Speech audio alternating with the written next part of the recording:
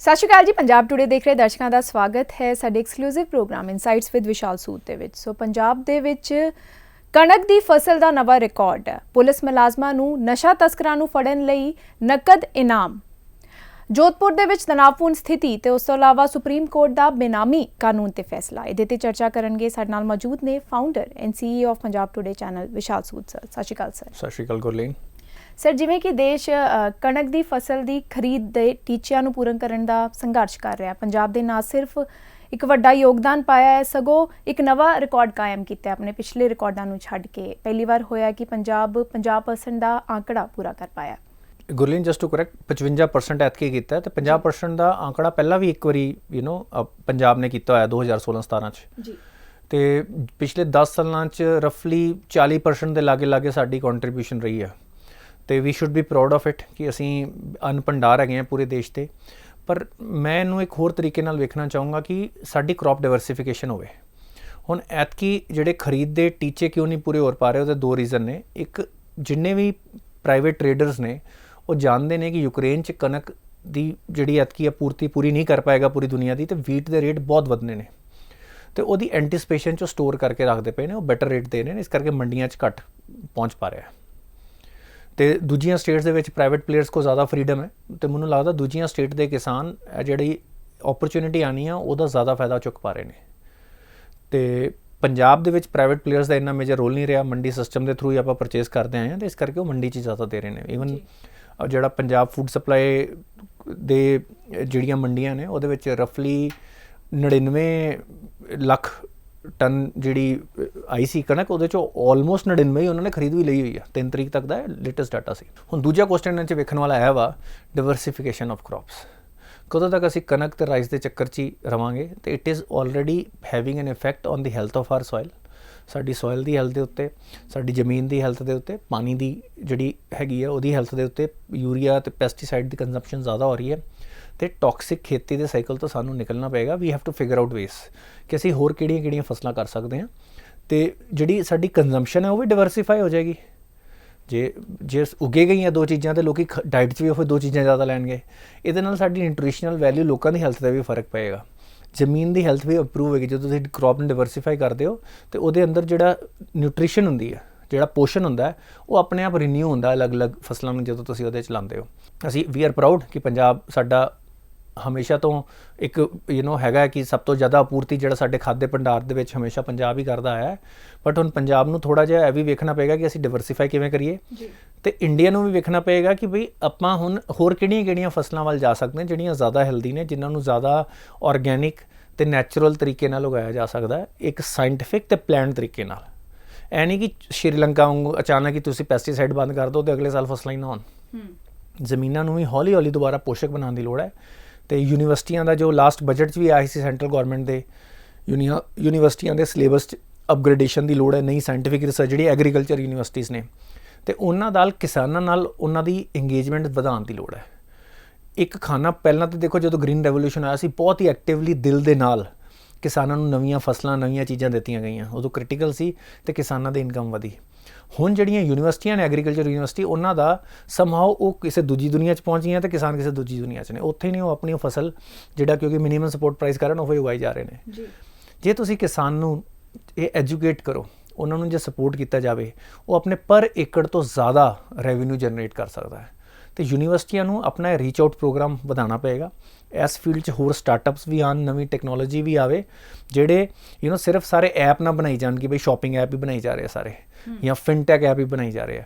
Agriculture 'ਚ ਬਹੁਤ ਜ਼ਿਆਦਾ ਐਪਸ ਸਪੋਰਟ ਦੀ ਲੋੜ ਹੈ ਤੇ ਉਹਦੇ ਨਾਲ ਪੂਰੀ ਦੁਨੀਆ ਦੀ, ਇਨਫੈਕਟ ਐਟਲੀਸਟ ਆਪਣੇ ਦੇਸ਼ ਦੀ ਫੂਡ ਸਿਕਿਉਰਿਟੀ, ਬੱਚਿਆਂ ਦੀ ਹੈਲਥ, ਲੋਕਾਂ ਦੀ ਹੈਲਥ ਵਿੱਚ ਤੁਸੀਂ ਬਹੁਤ ਕੁਝ ਕੰਟਰੀਬਿਊਟ ਕਰ ਸਕਦੇ ਹੋ। ਤੇ ਪੰਜਾਬ ਇੱਕ ਹੱਬ ਬਣ ਸਕਦਾ ਹੈ ਖਾਣ ਦੀ ਟੈਕਨੋਲੋਜੀ, ਖਾਣ ਪੀਣ ਦੀ ਟੈਕਨੋਲੋਜੀ, ਐਗਰੀਕਲਚਰ ਦੀ ਟੈਕਨੋਲੋਜੀ ਦੇ ਵਿੱਚ ਆਪਾਂ ਇੱਕ ਹੱਬ ਬਣ ਸਕਦੇ ਹਾਂ। ਅਸੀਂ ਇੱਕ ਪੂਰੀ ਦੁਨੀਆ ਲਈ ਬੈਂਚਮਾਰਕ ਬਣ ਸਕਦੇ ਹਾਂ, ਪੂਰੀ ਦੁਨੀਆ ਨੂੰ ਸਿਖਾ ਸਕਦੇ ਹਾਂ ਕਿ ਬੈਸਟ ਪ੍ਰੈਕਟਿਸਿਸ ਕੀ ਹੋ ਸਕਦੀਆਂ ਹੈ। ਇਹ ਸਾਡੀ ਗੌਰਮੈਂਟ ਦਾ ਇੱਕ ਗੋਲ ਹੋਣਾ ਚਾਹੀਦਾ ਹੈ।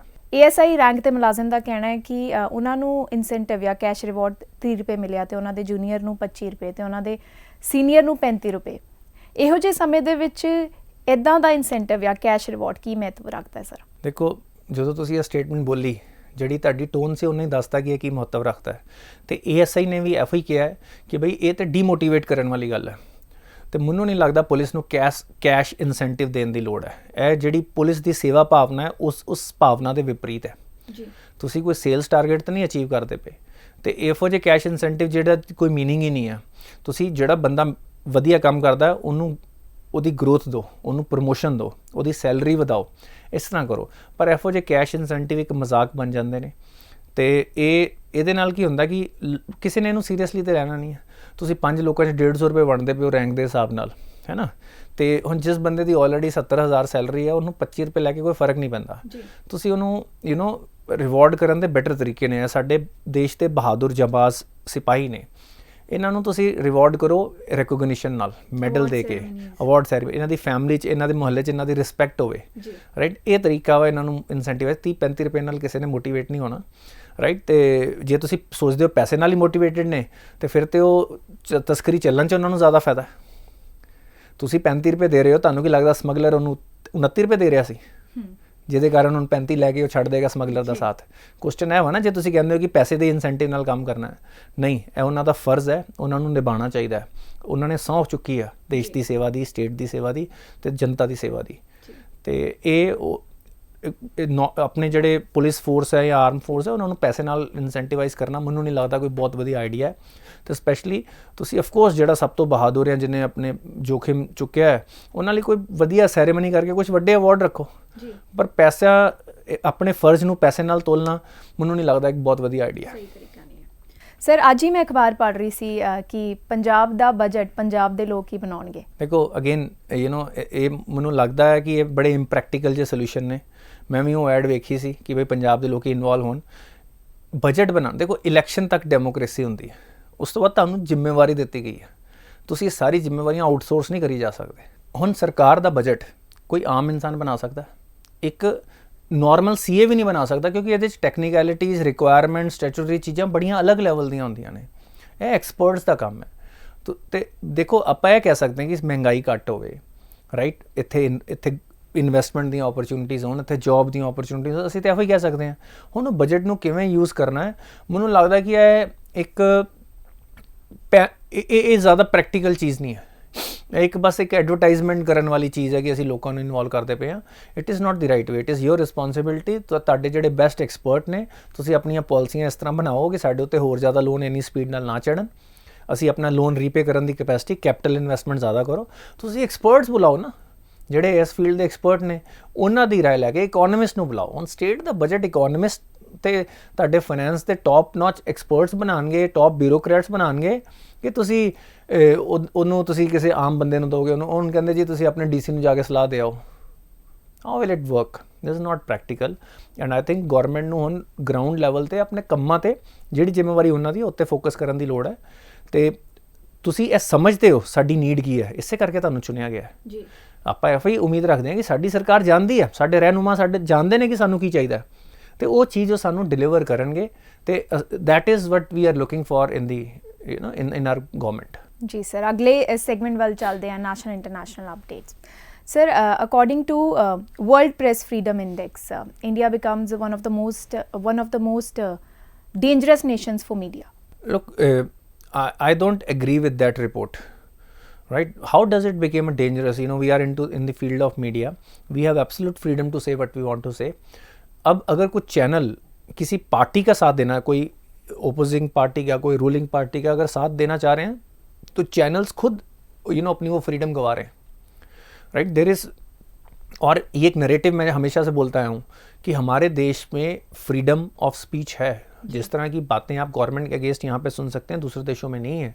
और आप गवर्नमेंट के अगेंस्ट जिनकी रैंकिंग्स इन्होंने टॉप में डाली है, US वगैरह जो हमसे ऊपर डाले गए हैं, वहाँ पे तो ये फ्रीडम हमारे देश से कम है अगर आप प्रैक्टिकली देखें। Basically the thing is that it is a Western agency which is trying to label us, because today India is rising, it is making its own voice, it is not letting their views dominate our views in the domestic audience। आज हम अपने views दे रहे हैं, इसलिए ये opposition हमें face करनी पड़ेगी। हमारे खिलाफ एक नरेटिव बनेगा कि अब ये डेमोक्रेटिक नहीं रह गए। हमें एंड में अपने लोगों के लिए अच्छा करना है। आज नो डाउट चाइना में डेमोक्रेसी नहीं है, पर आप देखिए उन्होंने अपने देश के लोगों के लिए कितने लोगों को गरीबी से उभारा, राइट। आप और भी कई कंट्रीज ले सकते हैं जो अल्टीमेटली आपका गोल क्या है, अपने देश के लोगों को तरक्की करवाना। और न्यूज़ की independence, we are in the media field, क्या मैंने नहीं ये देखा, अगर लेट सपोज कि अगर आप एक पॉइंट रख रहे हैं और अगर वो सच है तो no one can stop you. India को इन रैंकिंग्स पे बहुत ज़्यादा ध्यान देने की ज़रूरत नहीं है। और ये रैंकिंग के पैरामीटर्स क्या हैं, कौन डिसाइड करता है, इसकी कमेटी कौन है, उनकी ग्राउंड लेवल की अंडरस्टैंडिंग कितनी है, ये सारी चीज़ें क्वेश्चन करने वाली बातें हैं। सर, राहुल गांधी दोबारा चर्चा में, हाल ही में उनकी एक वीडियो सोशल मीडिया पे बहुत वायरल हो रही है और सोशल मीडिया यूज़र्स और बीजेपी लीडर्स का कहना है कि उस वीडियो में वो क्लब में चाइनीज़ डिप्लोमेट के साथ देखे गए हैं। Have you seen that video sir? I have not seen that video, I have seen that image. अब देखिए वो कह रहे हैं कि वो किसी शादी पे गए हैं and he is one of the top names in our country, right. और ऐसे लोगों का नेटवर्क टॉप ब्यूरोक्रेट से ही होगा। शायद वहाँ पे उनके एम्बेसडर भी आए हों, अगर वहाँ के नेपाल के किसी सीनियर ब्यूरोक्रेट की शादी है वहाँ पे किसी पॉलिटिशियन के बच्चे की, तो वहाँ पे उन्होंने टॉप लोगों को इनवाइट किया है। क्वेश्चन ये नहीं है कि वो वहाँ पे गए या क्यों नहीं गए, he has every right to be there. Again हम मीडिया की फ्रीडम की बात कर रहे हैं, मेरे को लगता है कि यहाँ पे मीडिया की फ्रीडम रोकने की ज़रूरत है। मीडिया हमारे को ये बात कर रहा है कि राहुल गांधी एक पार्टी पे गए हुए हैं, हाउ डज दैट मैटर। हमारे क्वेश्चन होने चाहिए राहुल गांधी की कैपेबिलिटी, अनटिल राहुल गांधी की लीडरशिप क्वालिटीज़ क्या हैं, हमें उस पर फोकस करना चाहिए। He is an independent person, उनकी एक प्राइवेट लाइफ भी है। अगर वो किसी शादी पे या किसी क्लब में भी लेट से गए हैं, मैं कहता हूँ अगर वो अपनी पार्टी को हमारे देश में पॉजिटिवली कंट्रीब्यूट करते हैं, हमें उसकी तरफ देखना है, उस पर क्वेश्चन होने चाहिए। आई एम ओके अगर आप उनकी कैपेबिलिटी को क्वेश्चन करते हो, आई एम ओके अगर आप कहते हो कि वो कांग्रेस पार्टी को डेमोक्रेटिक तरीके से नहीं चलाते हैं, वो चीज़ें क्वेश्चन करने वाली हैं क्योंकि वो हमारे देश को मैटर करती हैं। अगर एक हमारी मेन पॉलिटिकल पार्टी के लीडर, ऑफ कोर्स आप ये भी क्वेश्चन कर सकते हो is he a serious leader और नॉट। वो खुद कहते हैं कि मैं इस इन्वायरमेंट में पैदा हुआ हूँ बट मेरा कोई पॉलिटिक्स में इंटरेस्ट नहीं है, तो उनको इस वक्त फिर लीडरशिप किसी और को दे देनी चाहिए। जब प्रशांत किशोर जी कह रहे थे कि इनको ना कंसिडर किया जाए, तो सोनिया गांधी जी को भी अपने बेटे की बात सुन लेनी चाहिए कि वो लीडरशिप में ज़्यादा इंटरेस्टेड नहीं है, पॉलिटिक्स में ज़्यादा इंटरेस्टेड नहीं है।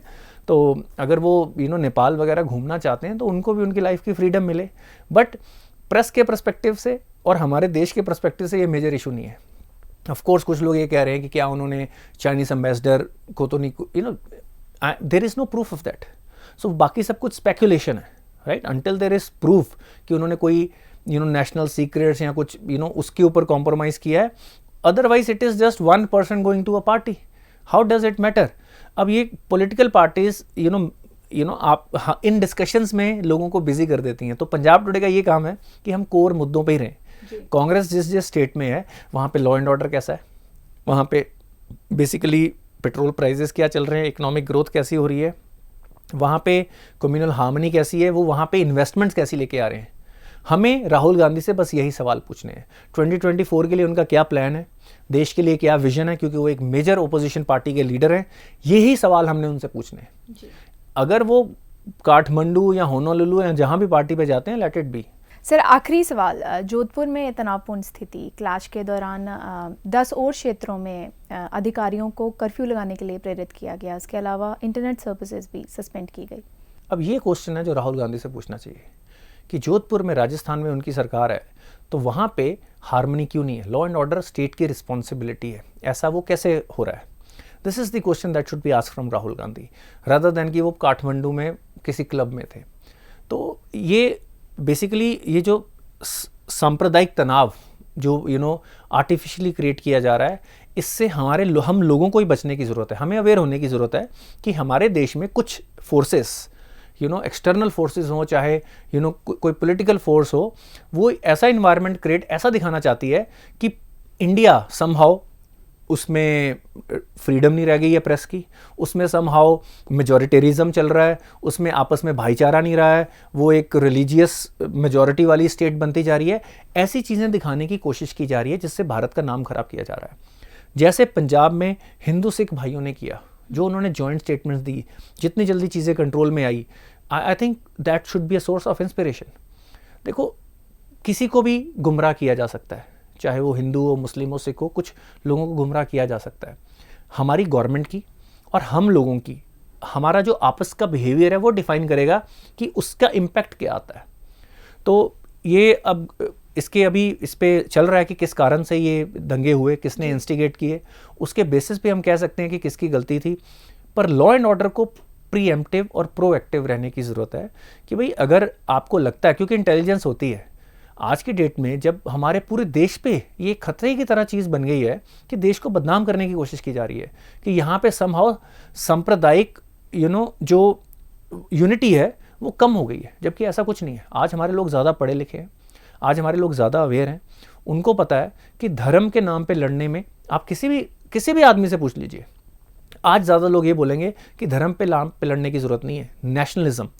अभी डेनमार्क की प्राइम मिनिस्टर ने मोदी जी से ये कहा कि आप हमारे लोगों को भी ऐसा देशभक्त बनाओ। आज हमें देशभक्त बनने की ज़रूरत है। जब हम देश को रिलीजन से ऊपर रखेंगे, हम अपने आप अपने डिफरेंसेस हमारे कम हो जाएंगे और हमारे अंदर जो कॉमन चीज़ें हैं वो हमें अपने आप नज़र आनी शुरू हो जाएंगी। Absolutely sir, perceptive Indeed. Thank you so much for your views sir. ऐसे ही महत्वपूर्ण विश्लेषण और डीप एनालिसिस के लिए जुड़े रहिए हमारे चैनल के साथ और अपने सुझाव, अपने सजेशन ज़रूर दीजिए कमेंट सेक्शन में। Thank you so much.